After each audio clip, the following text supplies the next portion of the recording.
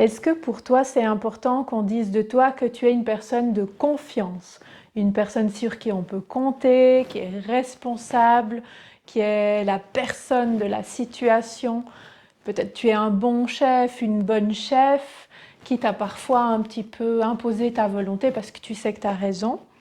Est-ce que pour toi, ta réputation compte?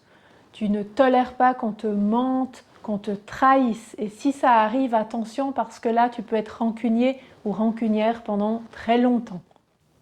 Tu as parfois de la peine à faire confiance aux personnes du sexe opposé. Un peu peur qu'elles te manipulent ou qu'elles profitent de toi si tu montres tes vulnérabilités. Et c'est pourquoi tu auras des fois de la peine à t'engager, de peur justement de souffrir, de te faire manipuler et de souffrir d'une séparation. En amour, tu peux penser que si l'autre cherche à te faire plaisir, c'est qu'il t'aime et que la possessivité dans une relation amoureuse est vraiment une preuve d'amour.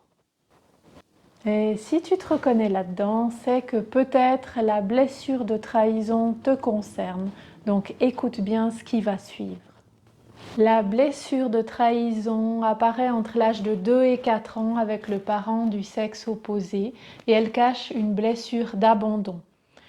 Peut-être que l'enfant que tu as été très déçu par les mensonges, les promesses non tenues, l'irresponsabilité de son parent de sexe opposé. Et ce qui est problématique quand on a cette blessure de trahison qui s'active en tant qu'adulte, c'est qu'on est gagné souvent par la colère, une colère qui peut être explosive et forte. Et dans ce cas-là, quand on se sent trahi, alors on est capable de mentir, de manipuler. En fait, tout ce qu'on n'accepte pas qu'on nous fasse à nous, on est capable de le faire et on adopte un comportement contrôlant.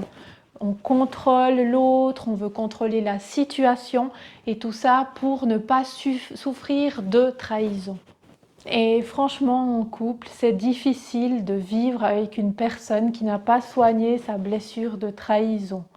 Et c'est pour ça que si toi tu t'es reconnu, je t'encourage vraiment à voir ce que tu peux faire pour t'en libérer, pour apprendre à faire confiance à l'autre, pour apprendre à voir que toi aussi tu as des vulnérabilités, à voir que toi aussi tu as une responsabilité quand une relation ne se passe pas exactement comme tu l'espères. Si tu t'es reconnu à travers cette vidéo, je t'invite à lire en légende les astuces que je donne pour te libérer de cette blessure de trahison, pour apprendre à faire confiance et ne plus contrôler les autres et les situations. Tu verras que toi, ça va aussi te faire un bien fou. Tu seras beaucoup plus serein quand tu auras appris à faire confiance à l'autre. Et en tant qu'hypersensible, il est fort probable que toi aussi tu aies attiré à toi quelqu'un qui avait cette blessure de trahison. Tout simplement parce que quand on est hypersensible, on a souvent l'air gentil et digne de confiance. Et on arrive plus facilement à attirer à nous des personnes qui ont besoin d'être sécurisées sur la relation, d'être sûres qu'on ne va pas les trahir. Donc si toi c'est ton cas, que tu as rencontré quelqu'un comme ça et que tu aimerais l'aider, je pense que ça ne va pas être facile que ce soit toi qui l'aide. Ce serait mieux que ça vienne de lui ou d'elle-même et que ce soit une transformation qui vienne de l'intérieur. Tu peux toujours lui glisser la vidéo en douce totalement par hasard, mais le problème c'est que ça ne sera pas forcément bien reçu par une personne qui a cette blessure-là.